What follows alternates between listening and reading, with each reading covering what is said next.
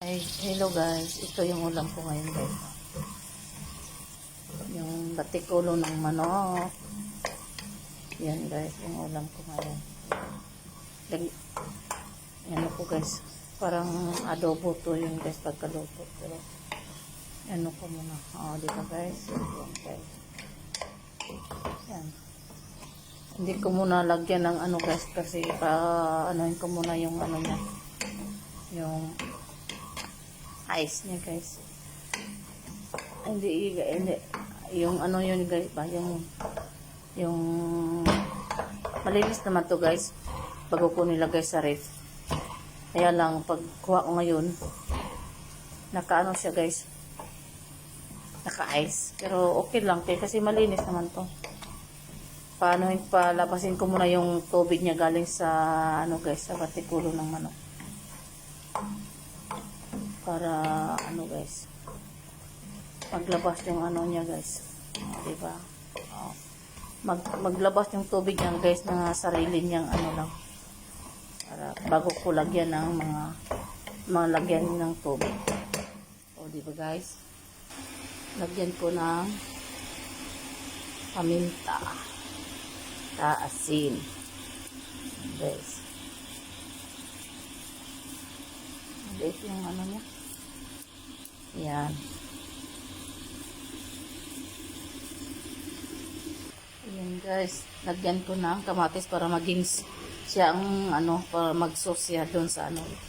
Maging ano ba, parang siya ang maging sauce dito sa ano. Yan. Palabasin ko muna yung tubig na. Yan, nilagay ko yung kamatis para siya, parang mag-ano siya ba, sauce sa, siya ang maging sauce dito sa ano. Kasi ano man yung, maano man ito, yung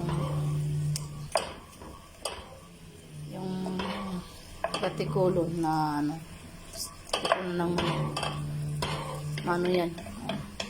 Bilagay ko lang yan hanggang maging sauce yung tomato sauce.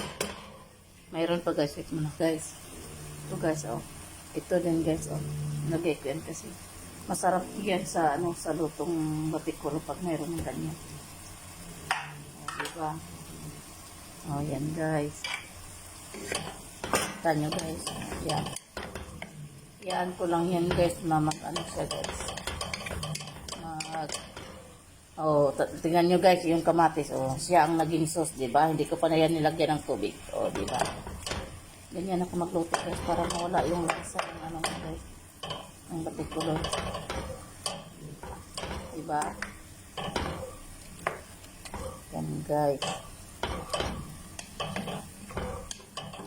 Yung ano guys, yung kamatis ang naging ano niya guys, sauce niya dyan. Maalo man yan guys.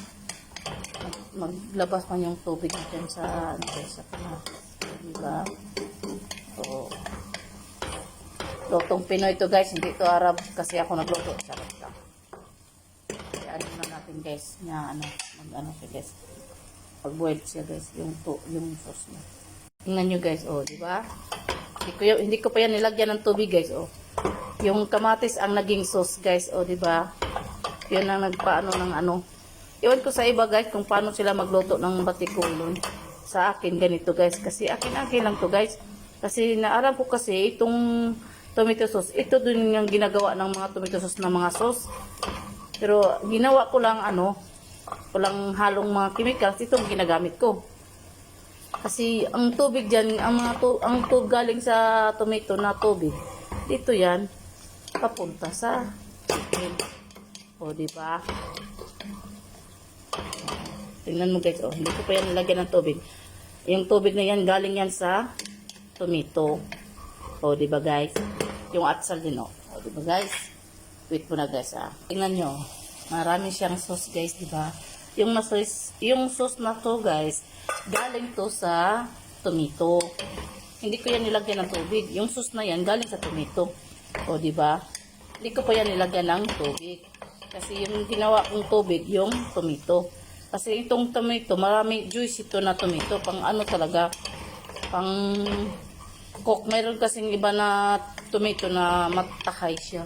Pero ito guys, ano to guys, juice ito na ano. Yun, ito yung ginagawa na sauce. Ito na tomato. Kaya may iba kasing tomato na matahay.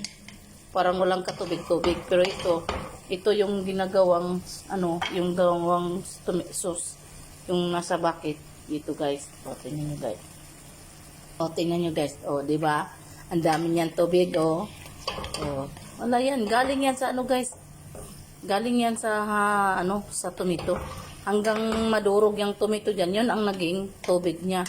Dito sa niluto kong batikulon. O, diba? O, diba ang iba dyan, kung magluto ng batikulon, lagyan ng tubig para maluto. Sa akin, hindi ko yan nilagyan guys. Nilagyan ko yan ng tomato. Malaki yung tomato na to. Malaki siya, kaya ang dami niyang tubig, oh. O, diba? Kasi itong tomato na to, juicy siya. Kasi itong tomato na to, ito ang ginagawang sauce yung nasa bucket. Ito siya na tomato. Hindi kagaya sa ibang tomato na walang katubig-tubig. O, diba? Tingnan nyo guys. O, diba yummy? Charot lang.